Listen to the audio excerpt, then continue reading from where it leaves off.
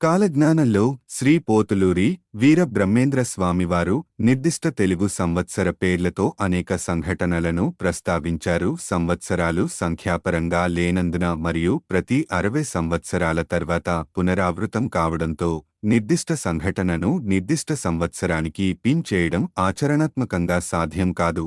క్రోధీనామ సంవత్సరంలో 2024 నుంచి 25 వరకు మార్గశిర మాసం డిసెంబర్ శుద్ధ పంచమి సోమవారం వచ్చే అమావాస్య తర్వాత 5వ రోజు కర్కాటక లగ్నంలో పునర్వసు నక్షత్రం ఉదయించే సంకేతం క్యాన్సర్ మరియు పునర్వసు నక్షత్రం.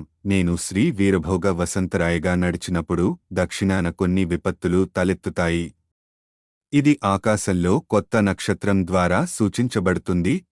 ఆకాశంలో ఒక నక్షత్రం పర్వతంలా పెద్దదిగా కనిపిస్తుంది.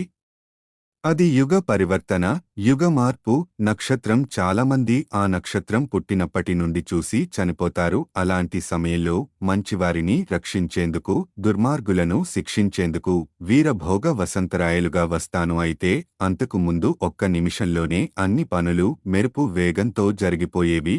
సూర్యుడు మీనరాశి, చంద్రరాశి మీనరాశి లోకి ప్రవేశించినప్పుడు నేను 4 అడుగుల పొడవున్న జ్వలించే ఖడ్గాన్ని పట్టుకుని వీరభోగ వసంతరాయుడిగా శ్రీశైలానికి వస్తాను. అక్కడ నేను సత్కార్యాలు చేసేవారికి సంపదను పంచుతాను.